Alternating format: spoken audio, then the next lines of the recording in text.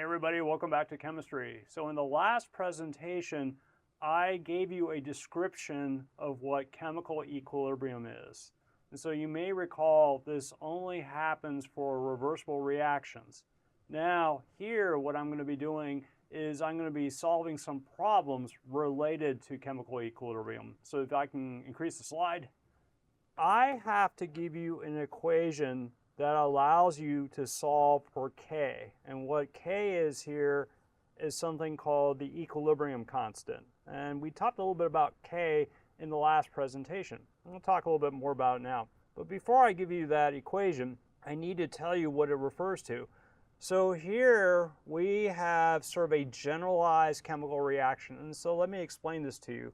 So on the left side of the reaction, we have reactants, and on the right side of the reaction, we have products. And so let's go to the reactant side. So here you see a little a followed by a large A. So I need to tell you what those things are. So think of the capital A here, the large A, as being some kind of molecule. So that large A, it could be H2O, which is water, or maybe CO, which is carbon monoxide, or maybe it's NaCl, which is sodium chloride, or CO2, carbon dioxide, some molecule. So the capital A refers to a molecule that is a reactant. The little a in front of that refers to the coefficient in front of the molecule that you use to balance equations with. So we have B here, and so you can think of this as another reactant molecule. And the little b in front of that is going to be the coefficient that is used to balance the equation. And then the product side, something similar. The capital letters refer to the product molecules, and the little letters in front refer to the coefficients that are used to balance the equation. So that's sort of a general picture of a chemical reaction. And so what I want to show you is an equation you can use to figure out the equilibrium constant, the K value for this reaction, if the reaction is at equilibrium and you know the concentrations of the reactants and the products. So at first, what I want you to see is that K is kind of like we saw before, where you're going to be considering the amounts of products and you'll divide that by the amounts of reactants. And so this idea is expressed in this equation. So let's focus in on this equation. And so what we can see in the numerator of this equation, or above the fraction bar, we have the products all multiplied together. So here, this C is represented here in the numerator of this equation. And notice that the C is in between brackets. And so what that means is that you don't so much consider the number of molecules of C, and you don't really consider the number of moles of C. What you really have to do is consider the concentration of C. And I'll talk a little bit more about that in a minute. Now, you can see that the concentration of C is taken to the power of the coefficient in the equation. Now, you also have to, in the numerator, include all other products. And so here we have D. We're looking at its concentration taken to the power of its coefficient in the equation. If you had a product E, you would have that in the numerator. So all the products are considered in the numerator. So you might be wondering, well, what do we do with these product concentrations? Well, you basically multiply them together. So that is the numerator. So as you might expect, the reactants are in the denominator here. So here we have A in the form of a concentration, and it's taken to the power of the coefficient of A in the equation. And then we also have B. And then that's, of course, taken to the power of the coefficient. Now, if there were other reactants, they would be included in the denominator, and they would all be multiplied together. And so here, this equation you can use will solve for K. But sometimes you'll see this equation, and you won't see so much K. You'll see KEQ. So let me give you an example of a problem you might see. It says, for the following reaction, write out the expression for K. And so here is the answer here. And so I want you to know something, that this product of the reaction is found in the numerator. So ammonia is the only product, and it's found in the numerator. And notice that the ammonia is taken here to the power of the coefficient, which is 2 in front of the ammonia. Now, what is in the denominator? Well, denominator, you have the reactants. And so you see nitrogen down here. Now, you'll notice that nitrogen is not taken to any power. And the reason is because there's a coefficient of 1 in front of the nitrogen there. And so if you take anything to the power of 1, it's the same number. So if there's no power here, it's going to be a coefficient of 1. But look at hydrogen. So that is a reactant that is also found in the denominator. And hydrogen will be taken to the third power here because there is a coefficient of 3 in the equation. All right, so what I want to do now is get to some problem solving. So let me call this problem out. It says, for the following reversible reaction, and there it is, write out the equation for the forward reaction, write out the equation for the reverse reaction, and then write out the expression for the value of K for this reaction. So if I can decrease the slide. Okay, so we have that equation there, which is describing a reversible reaction. So let me just put that on the board really quick. So it looks like we have 2 moles of the molecule SO2. I'm going to leave out the state symbols. And it's going to be reacting with 1 mole of oxygen gas. And here we have a double arrow like this. And the product is SO3. And there apparently are 2 moles of that. And so here, one very important thing to notice is that here we don't have a single arrow going to the right. We have here instead an arrow going to the right, an arrow going to the left, which indicates that this is a reversible reaction. So if that's the case, if it's a reversible reaction, there is some kind of forward reaction which is going from left to right, but then there is a reverse reaction which goes from right to left. And so maybe on a test or a homework assignment, you're going to have to write out what the forward reaction is and what the reverse reaction is. And so let's go ahead and write the forward reaction. So the forward reaction is you write it out in the same direction that the arrow is pointing. So the arrow is pointing to the right, so we move from left to right. And so the forward reaction would be these reactants, which is 2SO2 plus O2. And here we just have a single arrow if we're just talking about one particular reaction. This is the forward reaction.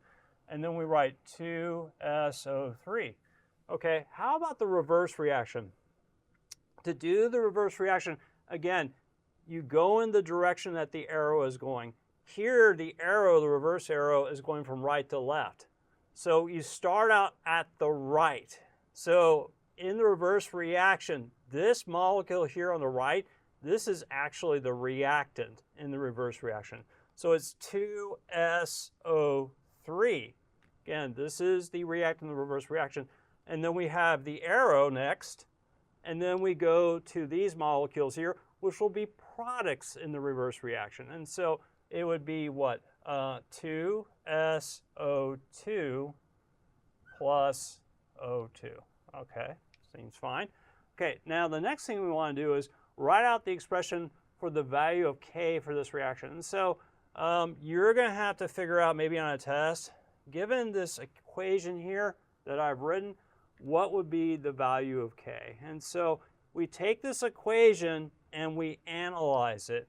And what we do is, with this particular equation, we put the products in the numerator and the reactants in the denominator, like this.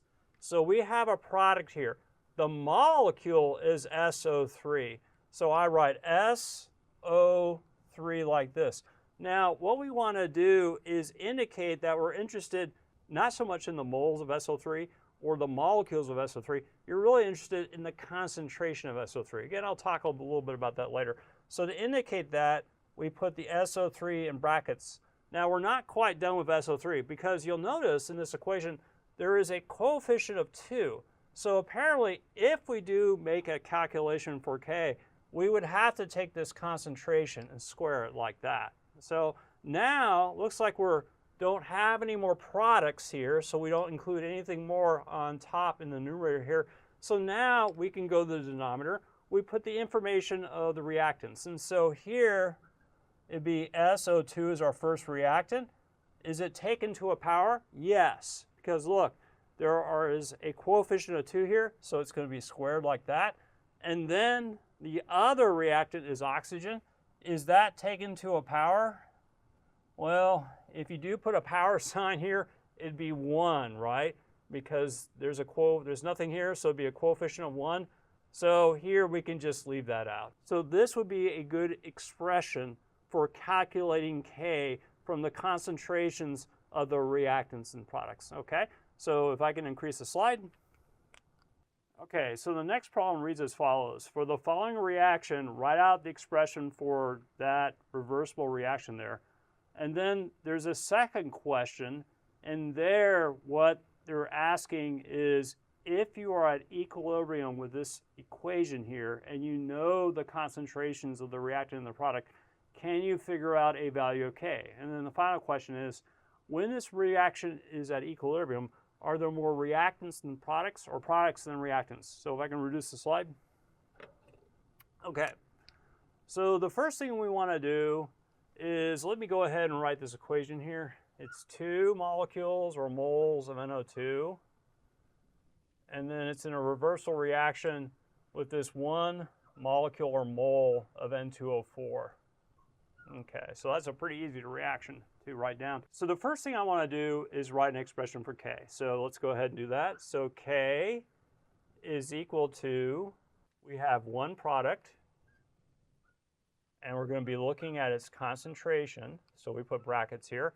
And does this have any power? No, because there's a coefficient of 1 here. And so you would put, if you wanted to, a power of 1 here, but that means that you just want this number by itself. Okay, now the denominator is going to be the reactant molecule, which is NO2.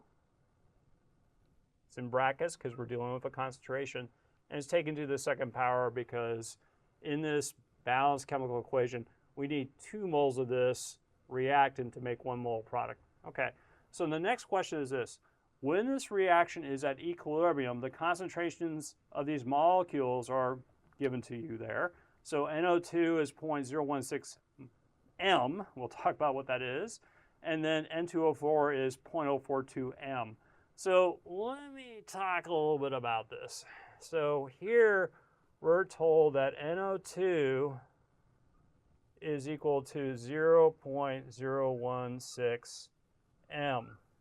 So this might look to you like we're talking about a mole, but you have to be careful. The abbreviation for a mole is little m-o-l. This is different. This is capital M. This is abbreviation for something else. It's called molarity. We're going to talk a lot more about molarity in a couple of weeks. All you really need to know about molarity, it's a unit for concentration. So you don't express concentration, say, in the number of atoms you have or the number of molecules you have or the number of moles that you have. Instead, what you do is you express concentration in the number of moles you have per certain liters of volume. So you have to sort of remember, for now, when you're looking at this capital M, what that really means is the number of moles in a certain volume, a liter. So molarity is moles per liter. Okay, so we have NO2 is 0.016 molar, and then N2O4 is that concentration there, which is 0.042 molar. Okay, so from these values, let's go ahead and calculate K. So K is going to be the N2O4, which is 0.042 molar, divided by the NO2, which is the reactant molecule, squared. So one concentration of the reactant, which is NO2, is 0.016 molar. But you have to remember to square it. So what I'm going to go ahead and do is I'm just going to write times another one of itself, because if you multiply this number by another one of itself, it's like squaring the molecule. Now, it says squared here, but imagine this was not a 2, but say something like a 4. How would you handle that? It would be 4 of these 0.016s multiplied together. But here, we only have a 2, so we only multiply 2 together. So we go ahead, and if you do the calculation, you'll get 1.6 times 10 to the 2. Now, you are probably aware at this point that here we might expect that there is a unit associated with the answer. In fact, what we might expect is that this is going to be over a single m. So that would make sense because we have molarity divided by molarity squared, and so that would leave molarity in the denominator.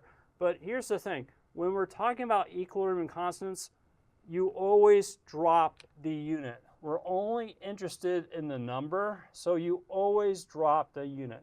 Now, if you take more advanced chemistry classes, you may be concerned about the units. But for this class, just drop the unit. We're just concerned about the number. So this should be the correct answer, the correct number sig figs.